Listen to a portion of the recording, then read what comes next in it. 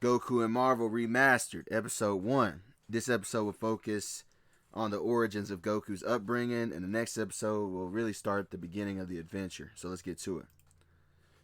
The pod crashed through the dense canopy of the Savage Lands, its heat shield glowing red from atmospheric entry, before finally skidding to a halt in a clearing. Steam hissed from its scorched metal as the hatch creaked open, revealing the tiny dark-haired infant inside. Kakarot, barely a month old from his travel, blinked up at the dark, unfamiliar sky, his large black eyes reflecting the towering prehistoric trees and the distant cries of unseen beasts. The pod's internal systems had done their job, ensuring the infant survived the journey, but now he was alone in a world far removed from the war-torn planet of his birth. The air here was thick with humidity, the scent of earth and foliage overwhelming compared to the sterile metallic halls of Planet Vegeta's birthing pods. The infant Saiyan squirmed, his tiny fist clenching as his instincts flared. Even at this very young age, his biology screamed at him to survive, to adapt, to fight. Nearby, a pack of small feathered raptors crept closer, their heads tilting in curiosity. They had never seen a creature like this, hairless, small, yet radiating an odd aura with an odd smell. One of them hissed, testing the air before darting forward with a snap of its jaws. Kakarot's tiny hand shot out on reflex, gripping the raptor's snout with surprising strength. The creature yelped, thrashing, but the infant held firm, his grip tightening until the raptor squealed and scrambled back. The others hesitated, sensing something unnatural about this strange, hairless creature. The baby Saiyan Kakarot laughed after the beast fled from his tiny hands, but his laughter stopped when he looked into the sky and gazed at the full moon and began to grow in size. Meanwhile, deep in the Savage Lands, Sergei Kravenov, Craven the Hunter, knelt beside the carcass of a freshly slain Tyrannosaurus. His muscles glistened with sweat, his dark eyes scanned the jungle with predatory focus. The hunt had been exhilarating, but it had not satisfied him. He craved something more, something worthy of his skills. He had come to the Savage Lands to test himself, to push his limits beyond the mundane prey of the outside world. Here, the beasts were ancient and primal, untouched by the weakness of civilization, and yet even they fell too easily beneath his spear. Standing, Craven wiped the blood from his hands and inhaled deeply. The jungle was alive, with sound, the distant screech of pterosaurs, the rustle of unseen creatures in the underbrush, but something else lingered in the air, a scent, a presence that he had never felt before. His instincts sharpened. There was something new here, something powerfully exotic. A grin spread across his face. Finally. The ground trembled, trees splintered like twigs as a monstrous figure rose above the jungle canopy. A colossal furred beast with glowing red eyes, and a roar that shook the earth beneath him. Craven's blood sang with excitement.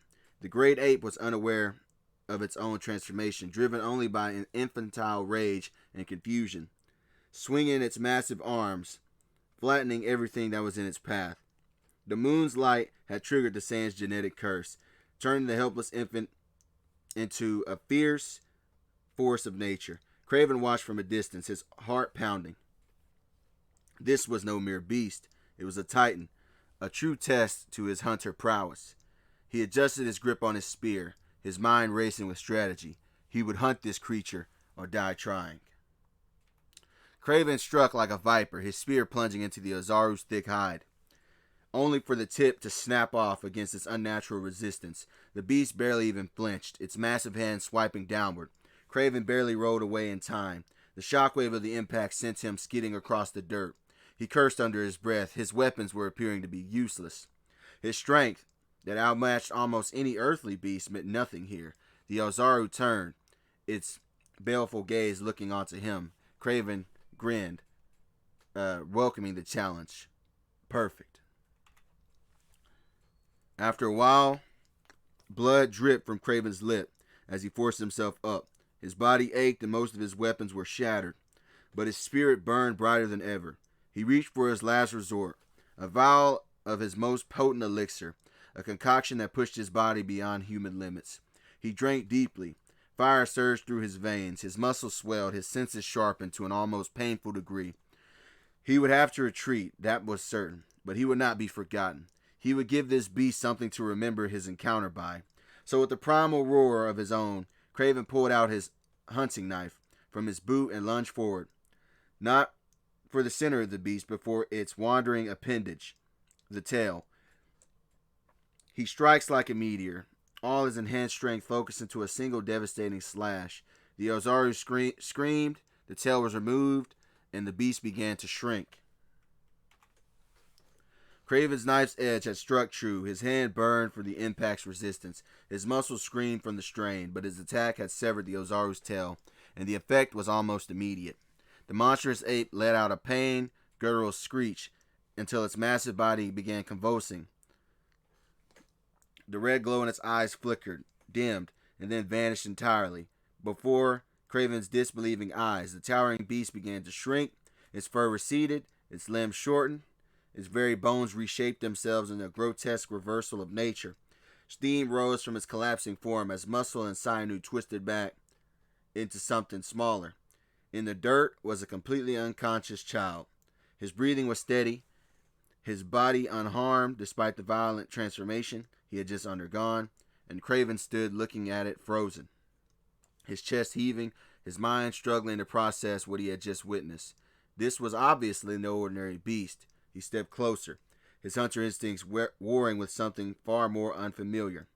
Curiosity. The boy was unlike any creature he had ever encountered. His features were human enough, but the power he had just wielded, the sheer untamed ferocity, was something different. Craven reached down, gripping the child's wrist. His pulse was strong, his skin was warm. And then the boy stirred, his eyes dark, sharp, and far too aware for an infant, fluttered open, locking onto Craven's face. There was no fear in them, only confusion. Craven exhaled sharply. The first light of dawn crept over the savage land, painting the jungle in hues of gold and crimson. Craven stood over the sleeping boy, his mind racing. This was no accident, no mere twist of fate. This had to be destiny. The boy had given him something no other hunt ever had. A real, true challenge. Not just in strength, but in mystery. A creature that could shift from a helpless infant to an unstoppable force in mere moments. A being whose very biology defied nature. Craven had spent his life seeking the ultimate prey, the ultimate test of his skill. But now he wondered, what if the greatest hunt was not the killing, but in the shaping? Shaping a new hunter that could eventually take his place. A slow predatory smile spread across his face. This boy was powerful, untamed, and a raw force of nature. And Craven could mold him. He had no heirs, no successors. He viewed his own children as disappointments because they had turned from his path. But this boy, this saiyan, could be different. He was strength incarnated. He could be his new hunter. And with the right guidance, he could become something greater than even Craven himself. The hunter knelt, lifting the child into his arms. The boy didn't stir. His body was light, but Craven could feel the latent power humming beneath his skin, based on his aura. Yes, he would raise him, train him, forge him into the ultimate warrior, the ultimate hunter. Not as a son of blood, but as a son of battle. A true heir to the hunter's legacy. The boy would learn the ways of the hunt, the patience, the cunning, the thrill of the chase, and when the time came, he would surpass even Craven himself. The thought filled him with something he had not felt in years. True purpose. As the sun rose fully over the savage land, Craven turned, carrying the child toward his camp. The hunt was over, and a new page was beginning. The boy did not wake as Craven carried him through the dense undergrowth of the savage lands. His small form was limp, his breathing steady, as if the transformation had drained him completely. Craven studied his face, round, childlike, yet with an intensity even in his sleep. Craven's mind raced with possibilities. He had seen many things in his years, mutants and even magical creatures made real. But this was something different. This was not magic, nor a mutation. As far as he was aware, this was just his biology. A natural ability to become a monster. And if the boy could do it once, he could possibly do it again. Imagine, Craven thought, a warrior who could shift between forms at will. A beast with the mind of a hunter and the strength of a titan. He had spent most of his life proving himself the greatest hunter in the world. But now he held in his arms something that could surpass even that. This boy would need a name, Craven smirked. That pod that he found in the area had called this child Kakarot. But Kakarot meant nothing here. This child was no longer bound by the legacy of a dead planet that sent him away. He would have a new name, a hunter's name. Dimitri. Yeah, we're going to say his canon name for this would be Dimitri, but I'm going to keep calling him Goku because, y'all know him as Goku. But anyway, hunter's name, Dimitri, Kraven decided, after his own father. A name of strength, of legacy. By the time they reached his camp, a fortified hideout hidden deep in the jungle, the boy had begun to stir. His dark eyes blinked open, sharp and alert despite his exhaustion. He did not cry, did not whimper. He merely watched Kraven with an unsettling focus. Kraven set him down on a fur-lined pallet, studying him. "You are strong," he murmured. "But strength without discipline is wasted." The boy tilted his head as if he was listening to what was going on, and Kraven grinned. "Yes, you understand. You will understand, won't you?" He reached into his supplies, pulling out a strip of dried meat. The boy's nostrils flared. In an instant, he snatched it from Kraven's hand, devouring it with feral hunger, and Kraven laughed. "Good. A hunter must eat." The boy finished the meat, licking his fingers clean. Then, to Kraven's surprise, he reached out tiny fingers, gripping the hunter's wrist with surprising strength, as if testing him, and Kraven's grin widened. "Oh, this will be interesting." He intended to train the boy. The hunt had changed, and so had Kraven. Years had passed since Kraven the Hunter had found the mysterious boy in the savage lands. The infant Saiyan was now a wiry, wild-haired child of 7 years old, who moved through the jungle with the same lethal grace as his adopted father, only a step behind. But unlike Kraven, who had honed his skills through discipline and experimentation, this boy Dimitri, as Kraven had named him, possessed a raw, instinctual power that even the greatest hunter in the world could scarcely comprehend. And Kraven had molded Dimitri in his own image. From the moment Dimitri could walk, Kraven had instilled in him the sacred tenets of the hunt. Respect your prey. Every creature, no matter how weak, deserved a warrior's death. To mock or to toy with them was beneath a hunter. When Dimitri had laughed after outrunning a wounded saber-tooth, Kraven backhanded him so hard he saw stars. "Do not disgrace yourself," he snarled. "That beast fought to its last breath. You will honor it." And the second part of the rule was only the strong survive. Mercy was for the weak. If prey escaped, it deserved to live. If it fought back and won, then the hunter was a failure. Dimitri had learned this the hard way when a furious triceratops gored him through the thigh at the age of 6. Kraven had watched, arms crossed, as the boy dragged himself back to the camp, bloodied, limping, but grinning. "Good," Kraven said. "Now you understand pain and what happens when you fail to succeed on a hunt." The jungle was their arena. The savage lands were a perfect training ground. Every beast, from the smallest raptor to the largest T-Rex, was a stepping stone in Dimitri's training. Kraven taught him to reach the land, how to read the land, the bent grass, the scent of musk, the faintest imprint of a claw, and by 7, Dimitri could follow a scent trail better than your local bloodhound. He learned combat with no weapons, not yet. First, he had to master his own body. Kraven drilled in him wrestling, finding pressure points, and how to use his opponent's strength against him. He even prepared for the moon's curse. Kraven had quickly learned of Dimitri's other form over the years. The first time the full moon rose after adopting him, after adopting him, the beast went wild. But after that, Kraven had begun to chain him inside a cave on full moon nights. But sometimes he would watch with fascination and let him get a glimpse of the moon. It let him do his thing, until eventually he began to chain his tail down because his tail seemed to be one of his weaknesses. So when he chained his tail down during transformation, he would be in a weakened state, more controllable. Dimitri hated it, but he learned to get used to it.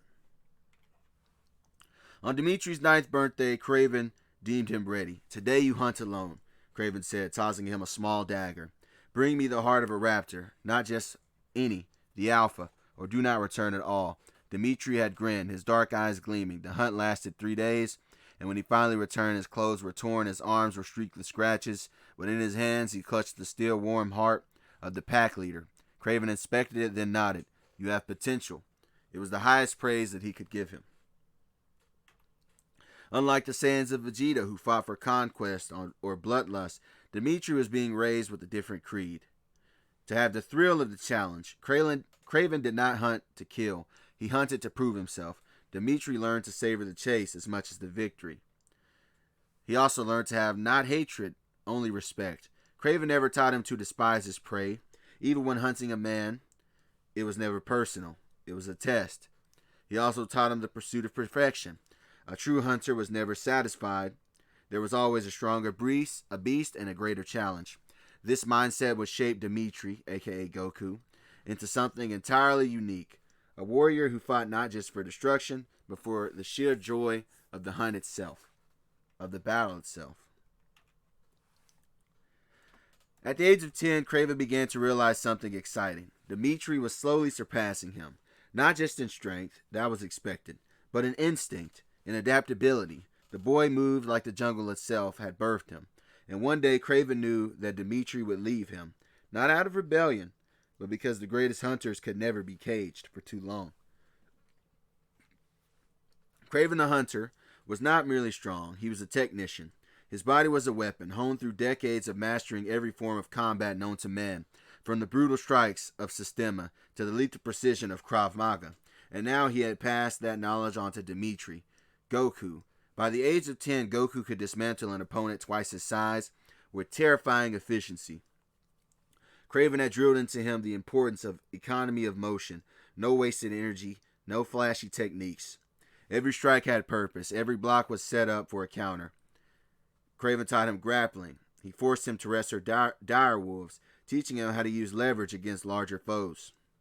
Goku learned to snap joints, crush windpipes, and escape holds with serpentine fluidity. Unlike the wild brawling of typical Saiyans, Goku's punches and kicks were precise. Kraven made him practice single blows for hours. Elbows to the temple, knees to the ribs, until they could shatter bone on impact with devastation. Kraven would blindfold him and teach him adaptability, then attack from all angles, forcing Goku to rely on his instincts. By the time he was 11, he could fight flawlessly in pitch darkness, relying on his ears and the sense of smell. This was not the martial artist of Earth's dojo. This was a warfare stripped to its bare essentials, a style designed for survival. And it made Goku dangerous in combat strategy. Goku did not fight like a disciplined warrior. He fought like an intelligent animal. Where a traditional martial artist might use more structured forms, more structured combos, Goku's movements were erratic, unpredictable. He'd lunge like a panther, roll like a crocodile, then strike with the suddenness of a viper. Kraven had nurtured this savagery, refining it rather than suppressing it. Kraven taught him the body's weak spots, the nerves behind the ear, the spot beneath the jaw that could drop a man in one strike. Goku used these not to kill, but to control, to dismantle opponents without even using brute force sometimes. He taught him dirty tactics like eye gouges, throat chops, groin strikes. Goku knew them all. Kraven's philosophy was simple. In the wild, all parts are exploitable. He taught him environmental awareness. Goku didn't just use his fists, he used the world that was around him. He'd kick sand into eyes, use branches for weapons, even bite if it was necessary. Kraven had experience with most weapons, and now he was going to pass that knowledge on to Goku. He taught him with knives. Goku could throw a blade with pinpoint accuracy, embedding it between a target's ribs before they even registered the movement. In close quarters, if need be, he could use knives like extensions as if they were his own claws, slashing tendons with surgical precision. He taught him spear combat. Kraven trained him in the art of the javelin, teaching him to impale charging beasts from 20 yards away. Goku favored the weighted spear for melee combat, using it to keep foes at bay before finishing them with a sudden thrust. He also had improvised weapons. Rocks, bones, broken branches. Goku turned anything into a weapon. Kraven had once made him hunt a raptor using nothing but a sharpened stick. He returned with 2 kills, He didn't rely on just his power alone, like most Saiyans that were on his home world. Goku understood that items could amplify his performance in battle. Craven rarely missed, and now neither would Goku.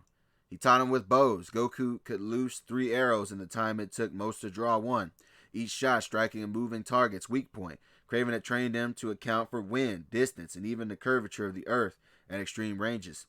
Darts and throwing weapons, poison or not, Goku's throws were lethal. He could hit a fly's wings at 30 paces, a skill Craven had tested by hanging meat from vines and making him strike only the moving flies as targets.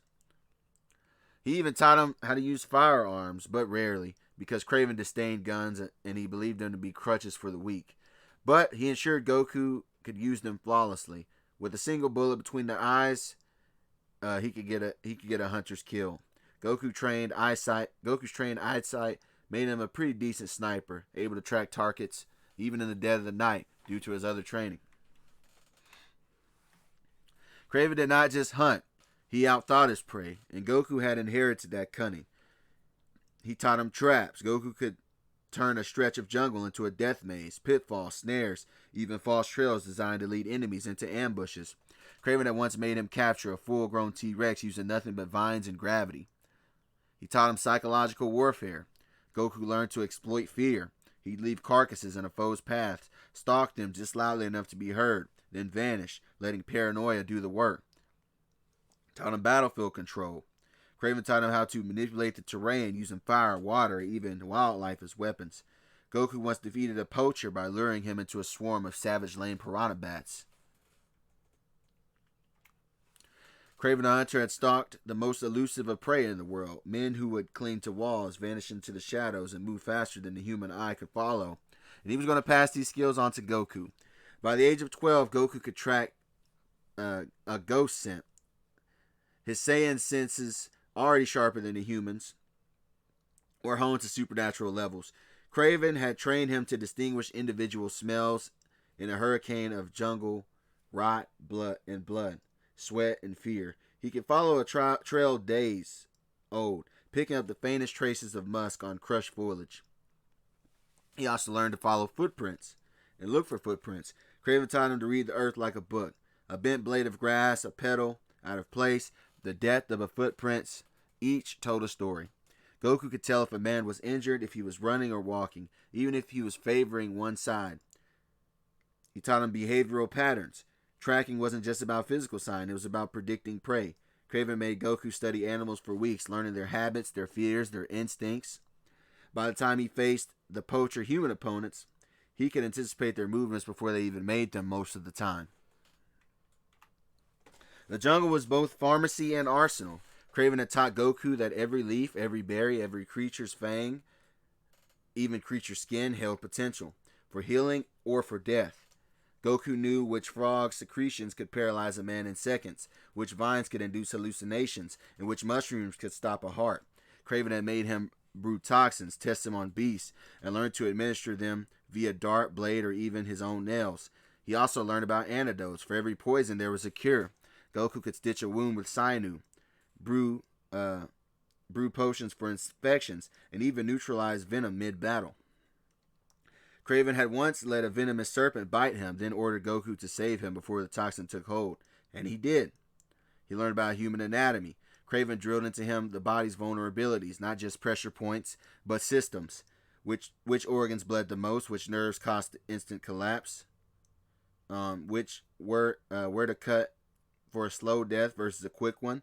The knowledge made Goku a savage surgeon.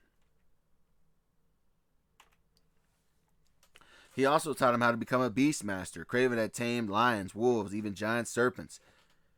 Goku, he began to even ride a Tyrannosaurus. Craven taught him that beasts respected strength. Goku learned to stare down raptors, to wrestle dire bears into submission, to dig his fingers into a predator's nostrils until it yielded. It wasn't just about force, it was about understanding. Goku could read the twitch of a tail, the flattening of ears, the warning rumble in the creature's throat, or the warning rumble in the creature's throat. He knew when to soothe and when to strike. The Savage Land dinosaurs became his steeds, A trained Carnotaur carried him into battle. A Pteranodon served as his scout. Even the mighty devil dinosaur had once allowed him to grip its crest without tearing him apart. Kraven had dabbled in forces beyond science, and now so would Goku. He taught him about tribal rituals. From the hidden peoples of the Savage Land, Goku learned of spirits that dwelled in stones, of curses woven from hair, and blood, of charms that could turn a blade's edge. Kraven began to talk about his once lover Calypso, a voodoo sorceress. Even though their bond was broken, he retained the knowledge of her arts. Goku was taught to brew potions that could numb pain, sharpen senses, or even induce waking visions. Kraven's infamous strength-enhancing elixir, derived from jungle herbs and mystic rites, was now Goku's as well. A single sip heightened his Saiyan biology to terrifying levels, allowing him to tap into the Akari-like state and harness the Ozaru in his humanoid form, but it could only reach that state off the serum. In the comics, Kraven's potion had made him strong enough to break Spider-Man's ribs. For Goku, it made him a monster. Strength, already a Saiyan, the serum pushed his muscle beyond its limits. Trees were uprooted with a simple tug. Boulders shattered like glass. Kraven once watched him stop a charging Triceratops dead in his tracks with one hand off the serum. His sight pierced darkness like daylight. His ears caught heartbeats from 50 yards. His nose could track a single drop of blood across for miles. The serum also accelerated his Saiyan healing. Wounds closed in minutes. Broken bones reset themselves. Even exhaustion faded in the midst. But there was a cost. The potion burned through his system like wildfire. Too much, and even his Saiyan body would start to rebel and reject the serum, causing vomiting, muscles locking, veins bulging, hearts hammering against his ribs like a caged beast. And he also couldn't really fully control himself off the serum's enhanced state, often becoming extremely primal. And Kraven had warned him, the serum is a double-sided blade, Dimitri. Use it too lightly and it will cut you back to the bone. Now, I will tell you guys why I chose Kraven to be the parent of Goku in this scenario, like I did 3 years ago in the original version. Kraven the Hunter could not just be a father figure to Goku. He could forge and reshape his very soul. Because you guys remember, the canon Goku, he was raised in the mountains, right? He was raised in the mountains. He didn't really have very much contact with the outside world. That's why I made him land in the Savage Lands, right? But in this version, unlike the innocent, naive Goku raised by Grandpa Gohan in the Dragon Ball universe, this Goku would be raised in the brutal wilds of the Savage Lands, tempered by Kraven's ruthless philosophy. It would embody a far deadlier, more ruthless version. More of a hunter than a hero, a challenger more than a protector. And yet in some ways he would be closer to the core of Goku's character than in any other version, because at his heart, Goku has always been a being who lives for the fight. But this time there would be no childish ignorance, just a pure, unrelenting pursuit for strength. Really pursuit for the hunt in this case. Right?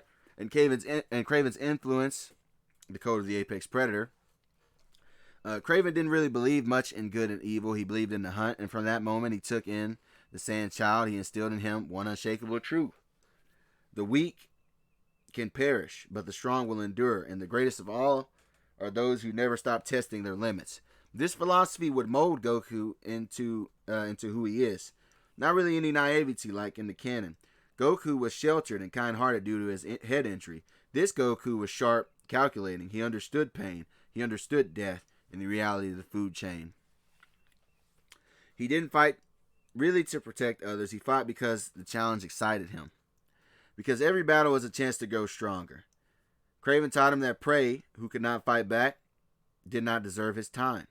But those who could, they were to be cherished, studied, and when the time came, hunted with everything he had.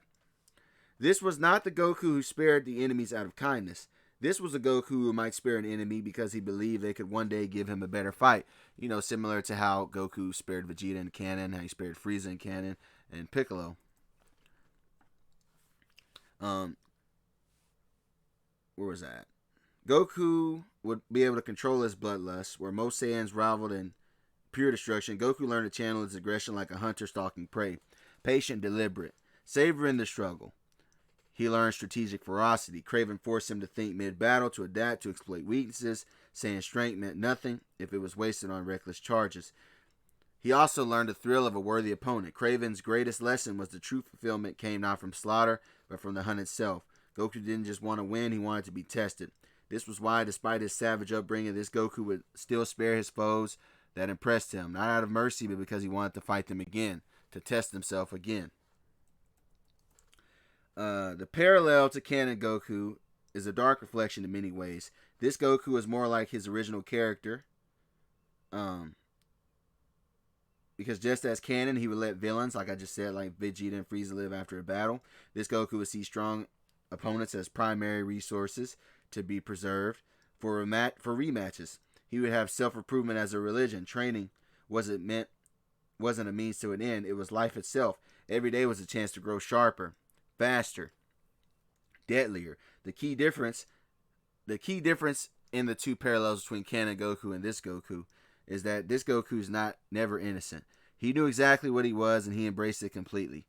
But of course, there's room for character development because this is the Marvel Universe, and the Marvel Universe can introduce Goku to many mindsets that can challenge his own in the future, right? So he might become something. There will be character development, obviously. But that's just me saying why I chose Craven and I went into that. So let's continue on. The Savage Land was not just Goku's training ground, it was his home. Unlike the Saiyans of Planet Vegeta who saw nature as something to dominate, Goku had been raised in the wild, taught by Craven to respect it. The jungle was his teacher, the beasts were his sparring partners, and the land itself was his sanctuary. He had an instinctual connection. From the moment he could walk, Goku had an uncanny bond with animals. They didn't fear him. The ones that he didn't hunt didn't fear him. They recognized him, a kindred spirit, neither fully human or fully beast. He had a silent communication.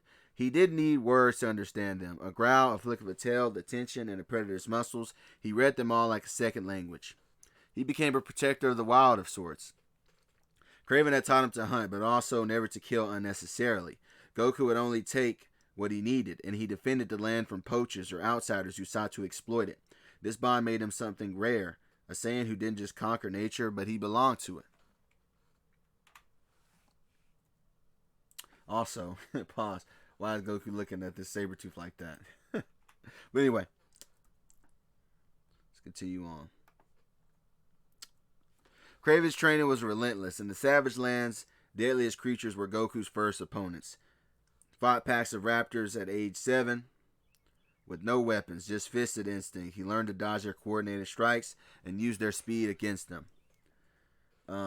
He wrestled and grappled with saber-toothed tigers. He learned about pressure points, like I mentioned before.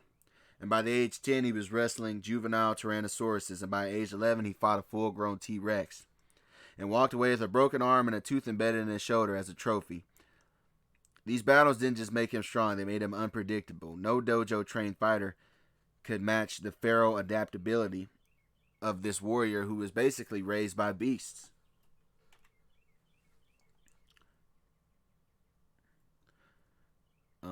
Goku didn't just fight the Savage Land creatures, he used them for transportation as well.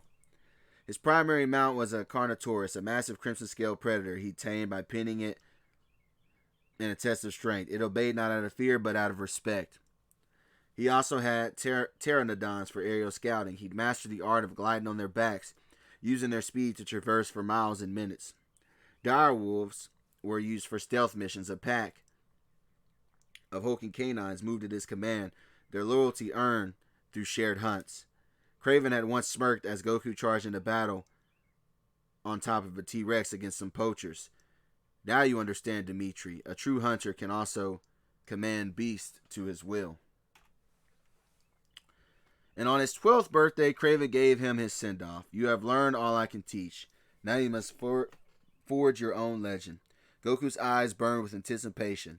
The gift, Craven handed him a dagger forged from the fang of a T-Rex that he had slain, the first T-Rex he had ever slain. Let your enemies know what hunts them. Goku wanted to hunt warriors. He wanted to find warriors worthy of his steel. To test himself. And when he was ready, he would return, and Craven would see how stronger he had become. At dawn, Goku mounted his pterodactyl. The jungle canopy parted beneath him as he soared toward the wider world. He didn't look back. A hunter never did. And his first stop would be in the continent of Africa. So stay tuned. Let me know what you guys think in the comments and give me some suggestions. Go.